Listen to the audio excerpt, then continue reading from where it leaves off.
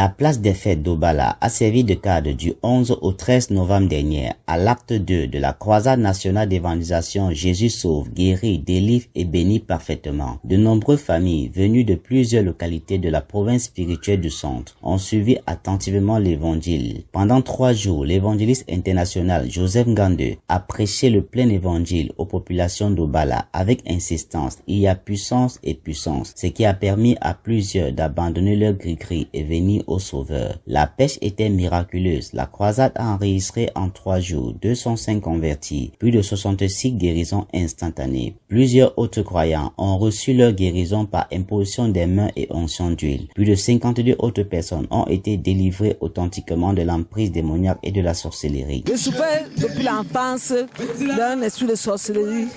Que les os m'avaient envoûté depuis l'hôpital quand ma maman m'avait accouché par voie césarienne.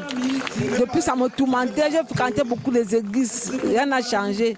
Donc depuis le premier jour que je viens ici à la campagne d'évangélisation, c'est m'a complètement libérée de leur emprise en moi. Je me sens libre intérieurement. Dans cette récolte, on note aussi 7 baptêmes d'eau, 71 baptêmes dans le Saint-Esprit avec évidence du parler en langue et 72 restaurations des rétrogrades. Plus de 1270 hommes, femmes et enfants ont consommé sans modération l'évangile qui transforme les vies, avec en moyenne 330 par section. À l'appel du salut, de nombreux participants se levèrent pour venir au Sauveur Jésus-Christ. Beaucoup de miracles, saluts, guérisons et délivrances se sont réalisés en ce lieu. Hier, quand tu es venu ici, les vers marchaient dans ta tête.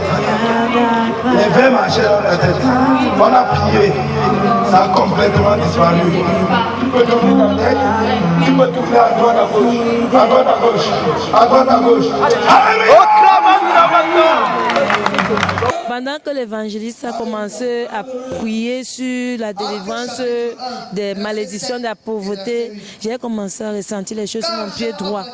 Donc après ça, le Seigneur m'a délivré de mon pied. Cette moisson abondante réconforte et réjouit les saints de la province spirituelle du centre. Dans le suivi des fruits de cette croisade, les frères ont mis en place une stratégie afin de ne perdre aucune âme de celle que le Seigneur Jésus-Christ leur a donnée pendant cette croisade. Prosterné, l'évangéliste remet tout à la gloire de Dieu pour ce ministère rendu à Obala et lui confie la moisson. Le prochain escale est annoncé du 18 au 20 novembre à Abomba, dans la région de l'Est Cameroun.